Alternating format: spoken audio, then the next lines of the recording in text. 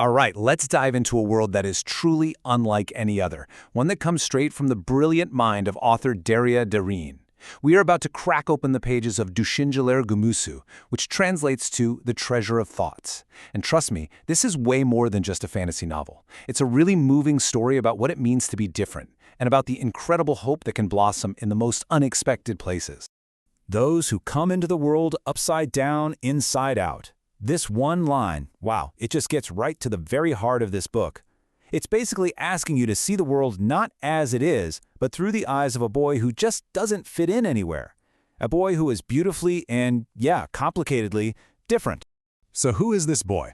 Well, he's got a name that's just as unique as his take on the world, Yelkenkulak. And that name, it holds a little secret, a clue about who he really is, which we're about to get into right now. So get this, his name, Yelkenkulak, literally means sail ear. Why? Because his ears are huge, like they're catching whispers from the world that no one else can hear. His pockets, they're usually full of grasshoppers, and he has whole conversations with people that only he can see. To everyone else, he's too huff. He's strange. Doctors have a name for it, Tourette's syndrome.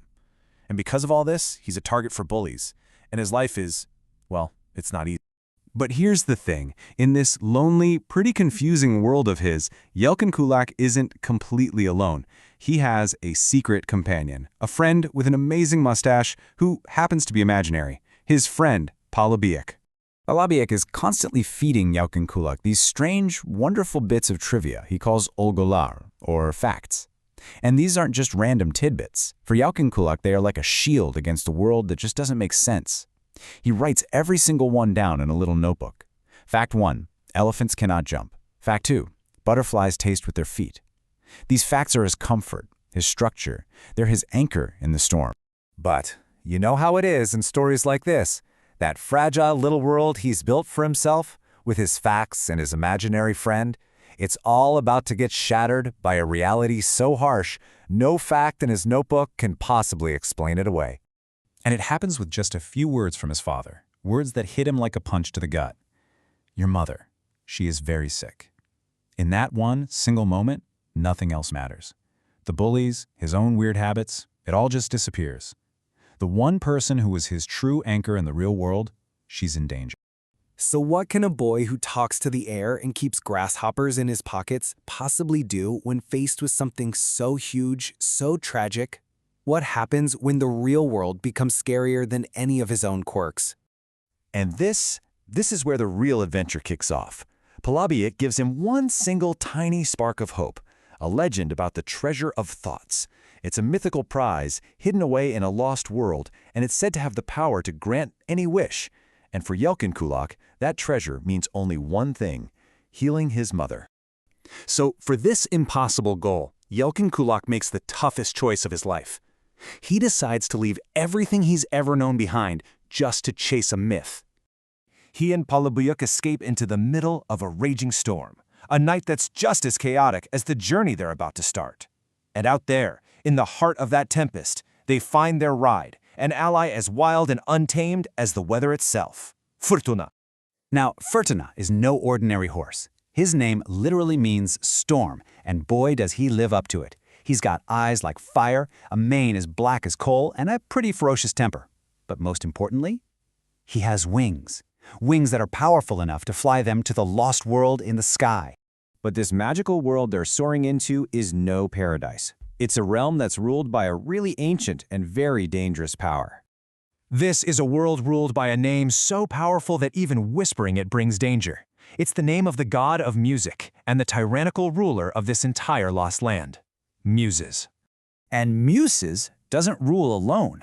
His soldiers are pure nightmare fuel. They're called the Eller, the hands. Just imagine disembodied flying hands that patrol the skies. And you want to know what they feed on? Fear and despair. The exact emotions that are swallowing our heroes whole. So yeah, you can probably guess what happens next. The inevitable. Yelkenkulak, Palabıyık, and Fırtına are hunted down by the hands and thrown into cages. It feels like the quest is over before it even really started. All hope is just gone.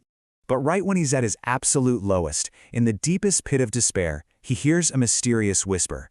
It's coming from a blue fairy who was turned to stone ages ago.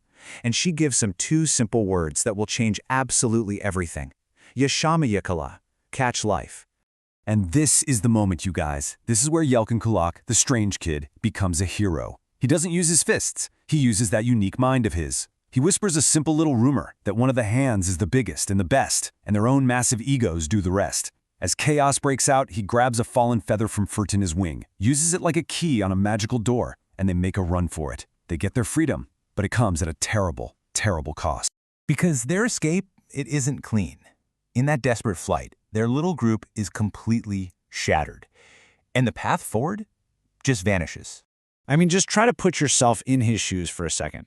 In all the chaos, Palabıyık, his guide, his only friend, the one who knew the legend, is captured. And with him, the only map to the treasure of thoughts is gone.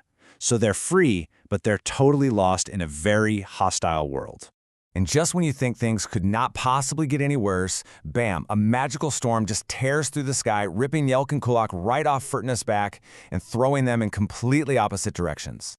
Yelkenkulak, the Grayard lands hard, bruised, and he is yapayalnız, all alone. He's lost his imaginary friend, he's lost his winged horse, and he's lost the map. He is now just a strange boy in an even stranger land, with absolutely no one and nothing to guide him. Which brings us to the biggest question of the entire story. How does a boy who has always seen the world upside down possibly find his way forward when his whole world has been literally turned upside down? What do you do when you have absolutely nothing left to lose? Well, the answer to that question and the rest of this incredible journey is waiting for you inside the pages of Düşünceler Gömüsü by the amazing Derya Derin. So, are you ready to find out what happens? I promise you, this is one adventure you do not want to miss.